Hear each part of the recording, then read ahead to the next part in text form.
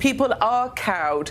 People are afraid, and people are not united. Great Britain is more disunited. It is absolutely divided more than any time in its past. Well, that was DailyMail.com global columnist Katie Hopkins talking about the London terror attack on this show last week. In response, Londoners just about lost their minds. One called Hopkins a gargoyle. Piers Morgan called her a doom-monger. She was even likened to a Nazi sympathizer by Harry Potter creator J.K. Rowling, who's an avid tweeter. She tweeted, quote, "As Fox News and Katie Hopkins tell the world that terror is cowing London, I remember pro-appeasement U.S. Ambassador Joseph Kennedy in 1940, which makes her both very old and also a non-linear thinker." What does that even mean? Is Katie intimidated by all of this? She joins us now to tell us. Katie Hopkins, thanks for coming on. My pleasure. Thanks for having me. So apparently the column that you wrote and the conversation that we had were reported as hate crimes in Great Britain? Yes, that's absolutely correct. The column I wrote, which was really quite heartfelt, about walking through the city after the attacks, feeling ourselves being pushed under by a terrorist. It was kind of a soft, thoughtful piece. That's been reported repeatedly as a hate crime against this country. And Londoners have completely lost their mind about me speaking out, about me failing to stick to the song sheet that we've been issued, because I don't say we stand united, because I will not say we are not cowed, because I'm speaking out about the fact that I believe this was all about Islamic terror and it sits with the Muslim community. London has absolutely lost the plot. They are mad as a box of frogs.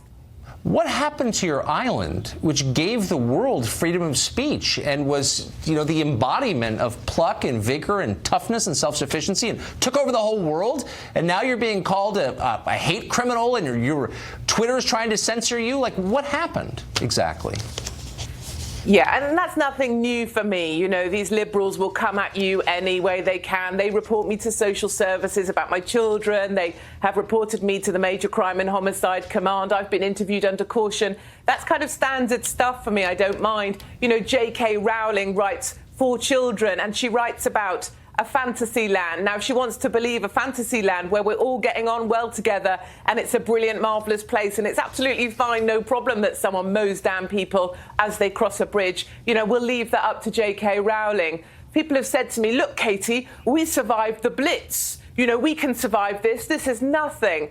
Well, in the Blitz, we were fighting for something. We were defending our great country. As far as I see it, London, which is really Obama on steroids, London are accomplices in wanting this country to fail. And that's why you'll see on Wednesday, when we finally kickstart the process of leaving the European Union, the rest of the UK, which is essentially Trump Town, where I belong, we are leaving the EU. We will stand defiant. We will stand up for Great Britain.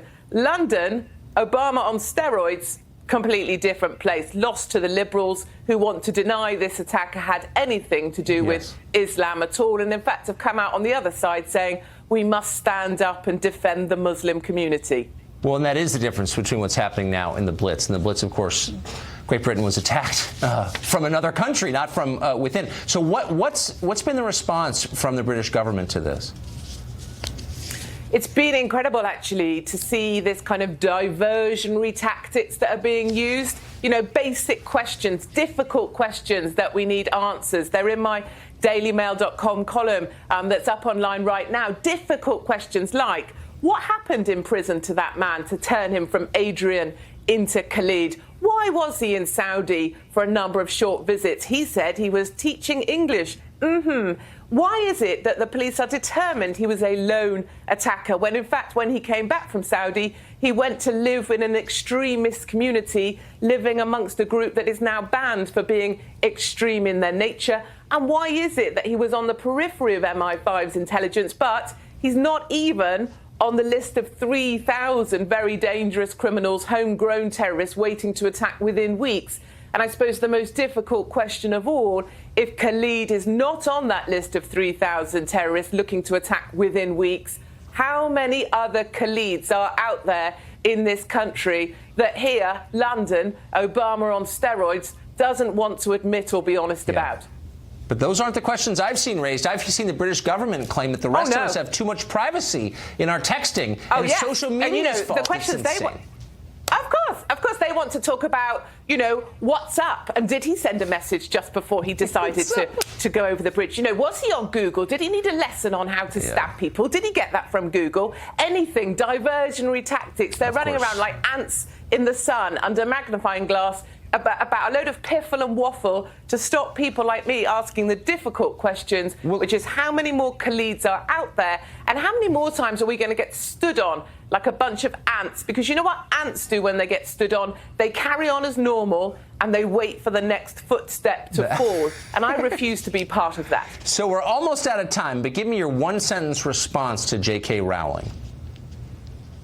Darling, carry on writing your Fantasyland books. If you think England is united, that's a fantasy as well. And seeing as you're such a big fan of migrants, why not spend some of your billions in homing those migrants while you're at it? Katie, it's great to see you as always. Thank you. Thank you very much, Tucker.